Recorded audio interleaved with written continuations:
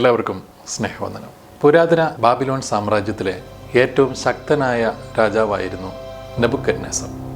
വീരന്മാരായ രാജാക്കന്മാരുടെ ശില്പങ്ങളും ലിഖിതങ്ങളും അസൂയാലുക്കളായ പിൻഗാമികൾ നശിപ്പിക്കുന്ന സമ്പ്രദായം ഈജിപ്ഷ്യൻ ഫറവോ രാജാക്കന്മാർക്കിടയിൽ ഉണ്ടായിരുന്നു. തനിക്ക് ശേഷം ഇത് സംഭവിക്കാതിരിക്കാൻ ആയിരക്കണക്കിന് ഇഷ്ടികകളിൽ നെബുക്കദ്നേസർ തൻ്റെ പേരും പ്രശസ്തിയും കൊത്തിവെച്ചു. ബാബിലോൺ സാമ്രാജ്യം എന്നേക്കും നിലനിൽക്കുമെന്നാണ് നെബുക്കദ്നേസർ രാജാവ് കരുതിയത്.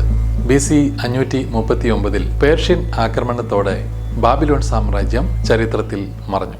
എന്നാൽ 1979 ആയപ്പോഴേക്കും ഇറാഖ് പ്രസിഡന്റായിരുന്ന സദ്ദാം ഹുസൈൻ നെബുക്കദ്നേസറിന്റെ പിൻഗാമിയാണെന്ന് അവകാശപ്പെടുകയും ബാബിലോൺ നഗരം പുനർനിർമ്മിക്കാൻ ഉത്തരവിടുകയും ചെയ്തു. നെബുക്കദ്നേസർ രാജാവ് ചെയ്തതുപോലെ ഇസ്രയേലിന്റെയും ഇറാന്റെയും ഭാഗങ്ങൾ പിടിച്ചടക്കാൻ രക്തരൂക്ഷിത യുദ്ധങ്ങൾ നടത്തുകയും സദ്ദാം ഹുസൈൻ എന്ന തന്റെ പേര് കൊട്ടാര ഇഷ്ടികകളിൽ കൊത്തിവെക്കുകയും ചെയ്തു. തന്റെ പ്രശസ്തി എക്കാലവും നിലനിർത്തണമെന്ന് ആഗ്രഹിച്ചെങ്കിലും 2006 മനുഷ്യത്വത്തിനെതിരായ കുറ്റകൃത്യങ്ങളിൽ കുറ്റക്കാരനാണെന്ന് കണ്ടെത്തുകയും വധശിക്ഷയ്ക്ക് വിധേയനാകുകയും ചെയ്തു. ലോക ചരിത്രത്തിലെ പല സ്വേച്ഛാധിപതികളും തങ്ങളുടെ കഴിവും ശക്തിയും കൊണ്ടാണ് അധികാരത്തിലെത്തിയതെന്ന് കരുതുന്നവരാണ്. എന്നാൽ കാലങ്ങളെയും സമയങ്ങളെയും മാറ്റുന്നതും രാജാക്കന്മാരെ വാഴിക്കുന്നതും നീക്കം ചെയ്യുന്നതും അത്യുന്നതനായ ദൈവമാണെന്ന വസ്തുത ബൈബിൾ വ്യക്തമായി വെളിപ്പെടുത്തുകയും ലോക ചരിത്രം അതിന് തെളിവായി രേഖപ്പെടുത്തുകയും ചെയ്തിട്ടുണ്ട്. ബാബിലോൺ എന്ന ചെറു രാജ്യം ബാബിലോൺ സാമ്രാജ്യമായി മാറിയത് തന്റെ ശക്തിയും കഴിവും കൊണ്ടാണെന്ന് അഹങ്കരിച്ച രാജാവായിരുന്നു നെബുക്കദ്നേസർ. എന്നാൽ തന്റെ ജീവിതത്തിലുണ്ടായ ചില സംഭവങ്ങൾ രാജാവിന്റെ വിശ്വാസത്തെയും ധാരണകളെയും തിരുത്തി കുറിക്കുന്നതിന് കാരണമായി. മനുഷ്യരുടെ രാജ്യത്വത്തിന് മുകളിൽ സകലവും നിയന്ത്രിക്കുന്ന ഒരു ദൈവമുണ്ടെന്ന് ബോധ്യപ്പെട്ടപ്പോൾ തന്റെ വിശ്വാസം തിരുത്തുന്നതിനും ലോകത്തോട് അത് അറിയിക്കാനും രാജാവ് ഒട്ടും ലജ്ജ കാണിച്ചില്ല. ബാബിലോൺ സ്റ്റേറ്റ് ഡോക്യുമെന്റ്സിൽ ഉൾപ്പെടുത്തിയ ഈ സംഭവം ബൈബിളിലെ ദാനിയേൽ പ്രവചനം 4-ാം അധ്യായത്തിൽ ദൈവിക പ്രേരണയാൽ ചേർക്കപ്പെട്ട് നമുക്ക് നൽകിയതിൻ്റെ കാരണം അത്യുന്നതനായ ദൈവമാണ് മനുഷ്യരുടെ രാജ്യത്വത്തിന്മേൽ വാഴുന്നതെന്നും തനിക്ക് ബോധിച്ചവന് അത് കൊടുക്കുകയും ചെയ്യുന്നത് എന്നുമുള്ള രഹസ്യം ജീവിച്ചിരിക്കുന്നവർ അറിയേണ്ടതിനാണെന്ന് ബൈബിൾ വ്യക്തമാക്കുന്നു. ബാബിലോൺ സാമ്രാജ്യത്തിലെ ഏറ്റവും ഭയങ്കരനും ശത്രുക്കളുടെ പേടി സ്വപ്നവുമായിരുന്ന നെബുക്കദ്നേസർ തനിക്ക് മുകളിൽ സർവാധികാരമുള്ള ഒരു ദൈവം ഉണ്ടെന്ന് ലോകത്തോട് പ്രസ്താവിക്കുന്നതിന് കാരണമായ സംഭവങ്ങളാണ് ഇന്ന് പങ്കുവെക്കുവാൻ ആഗ്രഹിക്കുന്നത്. നെബുക്കദ്നേസറിന്റെ വാഴ്ചയുടെ 2-ാം ആണ്ടിൽ രാജാവ് ഒരു സ്വപ്നം കണ്ടു. എന്നാൽ അതിൻ്റെ അർത്ഥം തൻ്റെ രാജ്യത്തെ ജ്ഞാനികൾക്കോ വിദ്വാൻമാർക്കോ മന്ത്രവാദികൾക്കോ ജ്യോതിഷികൾക്കോ ബോധിപ്പിക്കാൻ കഴിയാത്തത് രാജാവിനെ വളരെ അസ്വസ്ഥനാക്കി.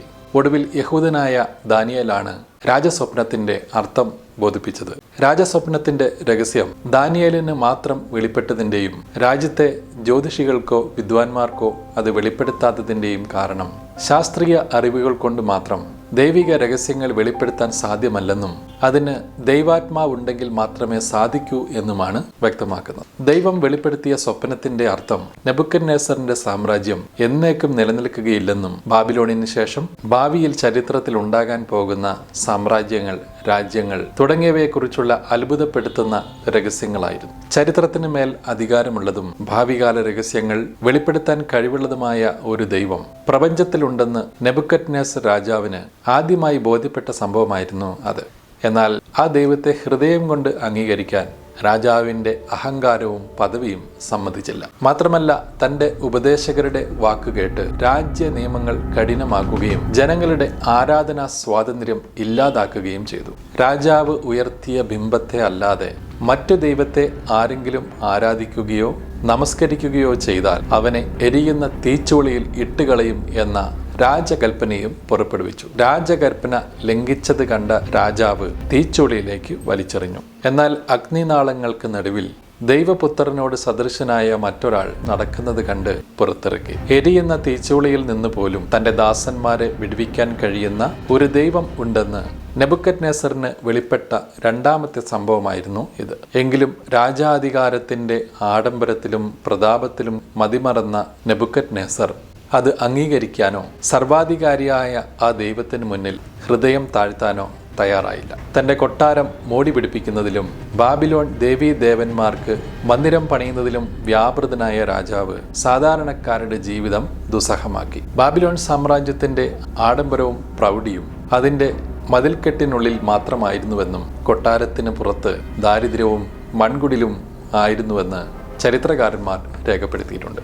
ഒരു ശത്രുവിനെയും ഭയപ്പെടാനില്ലാതെ നെബൂഖദ്നേസർ സ്വസ്ഥമായും സുഖമായും തൻ്റെ അരമനയിൽ വിശ്രമിക്കുമ്പോഴാണ് മറ്റൊരു സ്വപ്നം രാജാവിനെ അസ്വസ്ഥമാക്കിയത്. ഭൂമിയുടെ നടുവിൽ ഏറ്റവും ഉയരമുള്ള ഒരു വൃക്ഷം. ആ വൃക്ഷം വളർന്ന് ബലപ്പെട്ട് അത് ആകാശത്തോളം ഉയരമുള്ളതും സർവ്വഭൂമിയുടെയും അറ്റത്തോളം കാണാകുന്നതും ആയിരുന്നു. സകല ജഡവും അതുകൊണ്ട് ഉപജീവനം കഴിച്ചു പോകുന്നു. ദർശനത്തിൽ ഒരു ദൂതൻ ഉച്ചത്തിൽ വിളിച്ചു പറഞ്ഞത്, വൃക്ഷം വെട്ടിയിട്ട് അതിൻ്റെ കൊമ്പ് മുറിച്ച് ഇല കുടഞ്ഞ് കായ് ചിതറിച്ച് കളവിൻ, അതിൻ്റെ തായ്വേർ ബന്ധനത്തോടെ ഭൂമിയിൽ വെച്ചേക്കുവിൻ. അവൻ ആകാശത്തിലെ മഞ്ഞുകൊണ്ട് നനയട്ടെ, അവന് മൃഗങ്ങളോട് കൂടെ നിലത്തെ പുല്ല് ഉപജീവനം ആയിരിക്കട്ടെ. അവന്റെ മനുഷ്യ സ്വഭാവം മാറി മൃഗസ്വഭാവമായി അങ്ങനെ അവന് 7 കാലം കഴിയട്ടെ.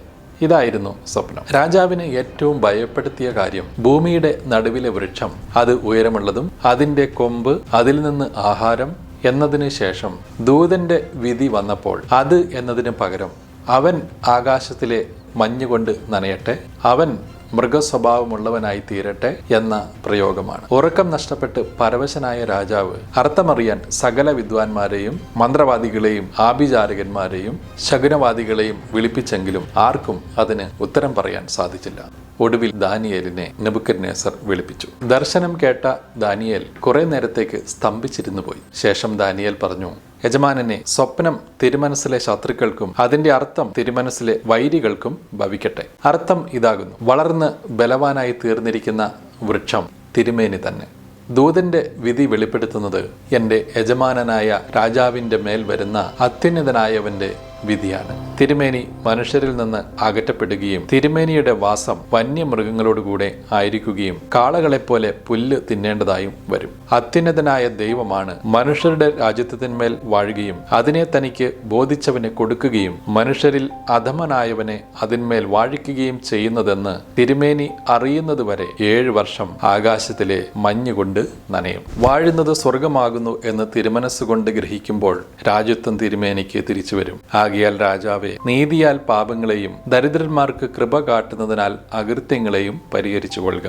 അതിനാൽ പക്ഷേ തിരുമനസ്സിലെ സുഖകാലം ദീർഘമായി നിൽക്കും. ഹൃദയം താഴ്ത്തി അകൃത്യം പരിഹരിക്കാനുള്ള മുന്നറിയിപ്പ് രാജാവിന് ലഭിച്ചെങ്കിലും അത് അവഗണിച്ചതിനാൽ ഈ വിധി രാജാവിന് വന്ന് ഭവിച്ചതായാണ് രേഖപ്പെടുത്തിയിരിക്കുന്നത്. 12 മാസങ്ങൾക്ക് ശേഷം രാജാവ് തന്റെ മട്ടുപ്പാവിൽ ഉലാവിക്കൊണ്ട് താൻ നിർമ്മിച്ച മണിമാളികകളെ നോക്കി, ഇത് ഞാൻ എന്റെ ധനമഹാത്മ്യത്താൽ എന്റെ പ്രതാപ മഹത്വത്തിനായിട്ട് രാജധാനിയായി പണിത മഹദിയാം ബാബേൽ അല്ലയോ എന്ന് പറഞ്ഞ വാക്ക് രാജാവിന്റെ വായിൽ ഇരിക്കുമ്പോൾ തന്നെ, നെബൂഖദ്നേസർ രാജാവേ, രാജ്യത്വം നിന്നെ വിട്ടു നീങ്ങിയിരിക്കുന്നു എന്ന് സ്വർഗത്തിൽ നിന്ന് ഒരു ശബ്ദം ഉണ്ടാകുകയും രാജാവിന് അത് വന്ന് ഭവിക്കുകയും ചെയ്തു. 1975 A.K. ഗ്രേസൺ എന്ന ചരിത്ര ഗവേഷകൻ നെബൂഖദ്നേസറിന് എന്തോ കാര്യമായ കുഴപ്പമുണ്ടായതായും അദ്ദേഹത്തിന്റെ മകനും അനന്തരാവകാശിയുമായ എവിൾ മെറോദാക്കിന് അതിനെക്കുറിച്ച് എന്ത് ചെയ്യണമെന്ന് അറിയില്ലെന്നും ദൈവങ്ങൾ കേൾക്കുന്നില്ലെന്നും തുടങ്ങിയ നിരാശയുടെ വാചകങ്ങൾ രേഖപ്പെടുത്തിയ ഒരു കളിമൺ ലിഖിതം ബ്രിട്ടീഷ് മ്യൂസിയത്തിൽ പ്രദർശിപ്പിക്കുകയുണ്ടായി. 7 വർഷത്തെ ഏകാന്തവാസത്തിന് ശേഷം നെബൂഖദ്നേസർ സ്വർഗത്തേക്ക് മുഖമുയർത്തി അത്യുന്നതനായവനെ വാഴ്ത്തി.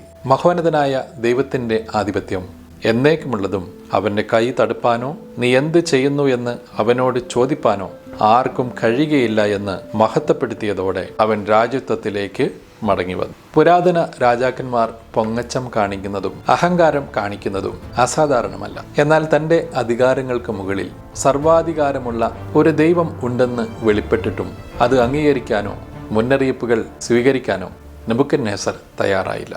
താൻ ആശ്രയം വെച്ചിരുന്ന സകല അധികാരവും പദവിയും ഒറ്റ നിമിഷം കൊണ്ട് നഷ്ടപ്പെട്ടു. 7 വർഷത്തെ പീഡന കാലത്തിന് ശേഷം നെബൂഖദ്നേസർ പശ്ചാത്താപത്തോടെ ജീവന്റെ ഉറവയായ സത്യദൈവത്തെങ്കിലേക്ക് മുഖമുയർത്തി. അതോടെ തനിക്ക് നഷ്ടപ്പെട്ട പദവി തിരിച്ചു കിട്ടി. ലോകരക്ഷകനായ ദൈവപുത്രനെ തള്ളിക്കളയുന്ന സ്വന്തം ജനം സഹനത്തിന്റെ 7 കാലം അതിജീവിക്കേണ്ടി വരുമെന്ന ബൈബിൾ പ്രവചനങ്ങൾ ഇതോട് ചേർത്ത് പഠിക്കേണ്ടതാണ്. മനുഷ്യൻ തൻ്റെ ഭൗതിക നേട്ടങ്ങളിൽ അഭിമാനിക്കുന്നവരും തൻ്റെ കഴിവും പ്രയത്നവും കൊണ്ട് മാത്രമാണ് താനിതൊക്കെ നേടിയതെന്ന് പലപ്പോഴും അഹങ്കരിക്കുന്നവരുമാണ്. എന്നാൽ മനുഷ്യന്റെ ഓരോ പദവികൾക്ക് പിന്നിലും ദൈവത്തിന്റെ അദൃശ്യമായ സഹായവും ഉദ്ദേശവും ഉണ്ടെന്നുള്ള വസ്തുത മനുഷ്യർ മനഃപൂർവ്വമോ അല്ലാതെയോ വിസ്മരിക്കാറാണ് പതിവ്. ജീവിതത്തിൽ ഉണ്ടാകുന്ന ചില അനുഭവങ്ങൾ അത് തിരിച്ചറിയാനുള്ള അവസരങ്ങളാണെന്നാണ് നെബൂഖദ്നേസർ രാജാവിന്റെ ചരിത്രം നമ്മെ പഠിപ്പിക്കുന്നത്.